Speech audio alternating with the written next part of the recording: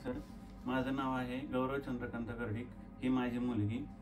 हिला एक 6 महिन्याची असताना म्हणजे जसे जन्मली तसे त्यावेळेस काही प्रॉब्लेम नव्हता, म्हणजे जाणवलं नाही काय मला.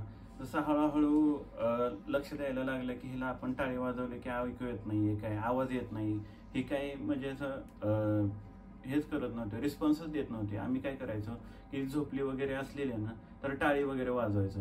त्यावेळेस तिची जे पापणी वगैरे असायचे ते पण काहीच करत नव्हते, ब्लिंक वगैरे काय तसं काहीच करत नव्हते तसे ते. तर हळूहळू असं लक्षात आलं, तर आम्ही आमच्या गावामध्ये एक ENTचे डॉक्टर आहेत, तिथे त्यांना दाखवलं.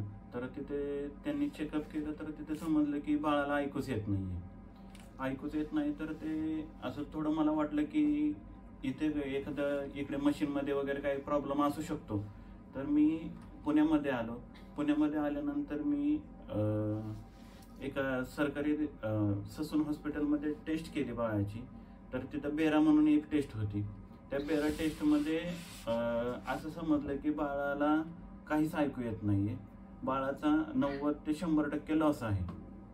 असं समजल्यावरती तर त्यांना सरांना विचारलं तिथे मी की काय करावं लागेल आता, काय दुसरा ऑप्शन आहे का काय बाळासाठी, की बाळाला ऐकू येण्यासाठी.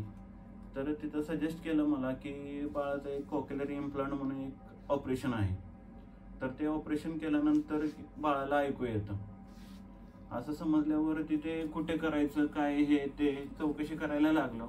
तर एक माझा मित्र आहे एक बाणेरमध्ये, तर त्याने मला असं सांगितलं की एक ज्युपिटर म्हणून एक हॉस्पिटल आहे.